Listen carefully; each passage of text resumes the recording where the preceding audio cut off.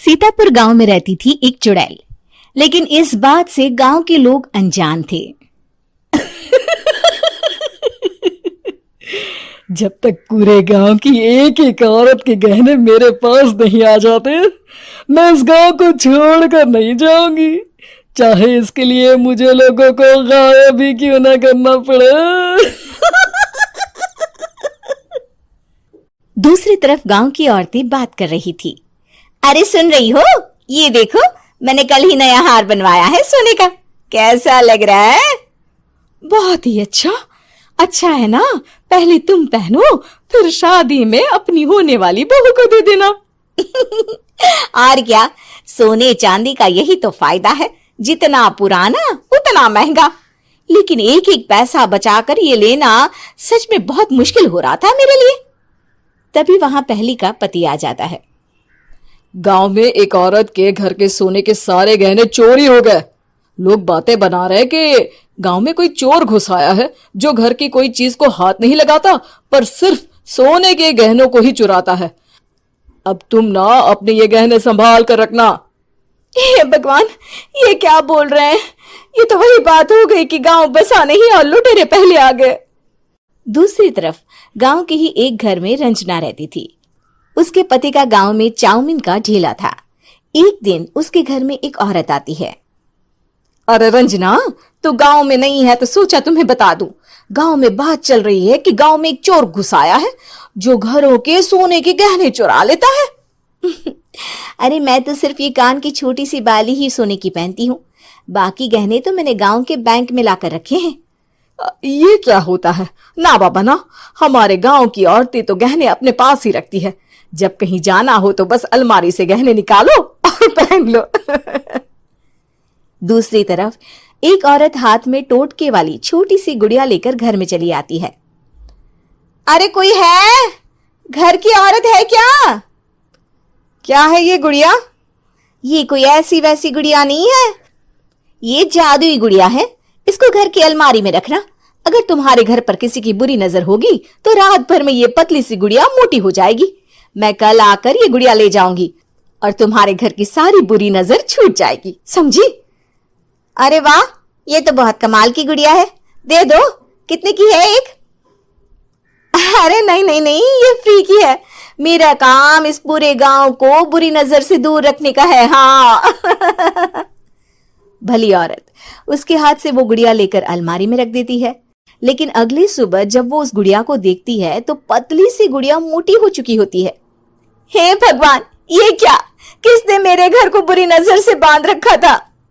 तभी वो गुड़िया वाली भी आ जाती है। मैंने कहा था ना, घर पर बहुत ज्यादा बुरी नजर है, लाओ ये गुड़िया मुझे दे दो। औरत वो गुड़िया उठाकर उसे दे देती है। गुड़िया हाथ में आते ही वो औरत उसे लेकर सीधे गांव के बाहर की खाली हवेली में चली जाती है और साधारण औरत से चुड़ैल बन जाती है। अरे पगली, गांव वाली इस गुड़िया के पेट में तेरे घर के सारे गहने हैं। इतना बोलकर वो गुड़िया को फाड़ देती है और सारे गहने निकाल लेती है। वहीं दूसरी तरफ, हे भगवान, मेरे घर के सारे गहने चोरी हो गए। उस औरत के घर के आसपास लोगों का जमावड़ा हो जाता है और लोग बातें करने लगते हैं। लो जी, ये भी घर गया। पता नहीं कौन चोर है जो इतनी होशियारी से गहने चुरा लेता है। कुछ समझ में नहीं आ रहा कि कौन है। लोग तो घर से कहीं जाते भी नहीं है, न ताला लगे न घर खाली हो, फिर भी रातों रात गहने चोरी हो जाते हैं। अरे हम तो कहते हैं लोगों को बारी बारी चौकीदारी करनी चाहिए, चोर को तो पूरे गांव वाले मिलकर पकड़ ही लेंगे। लोग बारी बारी घरों की चौकीदारी भी करते हैं, लेकिन चोरी होने का सिलसिला रुकता ही नहीं। फिर एक दिन रंजना के पड़ोस से भी रोने की आवाज आती है। अरे आज ही घर की बुरी नजर उतरी और आज ही सारे गहने भी चोरी हो गए। कैसी बुरी नजर? क्या हुआ था? तभी वहां उस औरत का पति भी आ जाता है जिसके घर में गहनों की चोरी हुई थी। हाँ, मेरी बीवी ने भी किसी गुड़िया को घर में बुरी नजर उतारने के लिए रखा था, लेकिन अगले दिन गहने चोरी हो गए। अब रंजना को कुछ कुछ बात समझ में आ जाती है। वो गांव वालों से कहती है, देखिए अब आप लोग चिंता ना करें, जल्द ही चोर पकड़ा जाएगा। उस नजर उतारने वाली गुड़िया को आज मेरे घर कोई भेज देना। फिर क्या था, चुड़ैल को लोग रंजना के घर भेजते हैं। पहली बार देखा है कोई खुद लुटने को तैयार बैठा है। तो तू है जिसे घर की बुरी नजर उतारनी है? ये ले गुड़िया, ये सुबह तक मोटी हो गई तो समझो तुमको और तुम्हारे घर वालों को नजर लगी है। हाँ हाँ, मैंने काफी सुना है। तुम ये गुड़िया मेरे घर छोड़ देना। अरे क्यों नहीं, कल सुबह आऊंगी जब गुड़िया तुम्हारे घर की सारी बुरी नजर लेकर मोटी हो जाएगी, ठीक है? अब क्या था, रात को रंजना ने पूरी नजर गुड़िया पर रखी। वो अपने पति और गांव के कुछ लोगों को घर की खिड़की से घर के अंदर नजर रखने को कह देती है, और फिर जो नजारा सब देखते हैं वो हैरान करने वाला होता है। गुड़िया धीरे से अलमारी खोलकर बाहर आती है। अलमारी के सारे गहने लेकर घर में जहां जहां गहने होते हैं वो लेकर अपने मुंह से खा जाती है। वो जितने गहने खाती उतनी ही मोटी हो जाती और फिर अलमारी में बंद हो जाती है। गांव वाले डर के मारे वहीं बेहोश हो जाते हैं। लेकिन सुबह जब वो औरत गुड़िया लेने आती है, रंजना उसका सामना करती है। ये देखो गुड़िया कितनी मोटी हो गई है, लगता है मेरे घर में बहुत लोगों की नजर लगी है। लाला ये गुड़िया मुझे दे दे, अरे बहुत कीमती गुड़िया है ये। तेरे घर की सारी बुरी नजर मैं गांव के बाहर वाली हवेली में फेंक आती हूँ। शाम को फिर लोगों के घर इसे लेकर जाना है ना, इसमें तो मेरी जान बसती है, जान।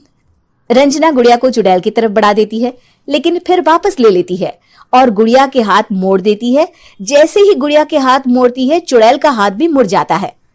अच्छा, तो ये वो गुड़िया है जिसमें तुम्हारी जान बसती है। अब सुन चुड़ैल, तेरी सारी हकीकत सबके सामने आ गई है। या तो गांव वालों के गहने लौटा दे, नहीं तो मैं इस गुड़िया की गर्दन मोड़ दूंगी। चुड़ैल डर जाती है। अरे नहीं नहीं, मेरी गुड़िया दे दो, मैं सबके गहने वापस कर दूंगी। ठीक है, अब भी जा और सबके सारे गहने वापस कर। चल निकल यहां से। चुड़ैल सबके गहने लौटाकर रंजना के पास आती है। ला दे मेरी गुड़िया रंजना, इसके अंदर के गहने निकाल ले, लेकिन गुड़िया वापस दे दे। लेकिन रंजना जानती थी कि जैसे ही गुड़िया चुड़ैल को देगी उसकी शक्ति वापस आ जाएगी। चुड़ैल, तू तो चुड़ैल ही रहेगी, ये मैं जानती हूँ। अरे नहीं नहीं नहीं, मैं गांव छोड़कर चली जाऊंगी, किसी को परेशान नहीं करूंगी, वादा करती हूँ मैं। लेकिन रंजना उसकी एक बात नहीं सुनती और गुड़िया का सर उसके शरीर से अलग कर देती है। चुड़ैल सर अलग होते ही गायब हो जाती है। गांव वाले रंजना के साहस और बुद्धि की खूब प्रशंसा करते हैं।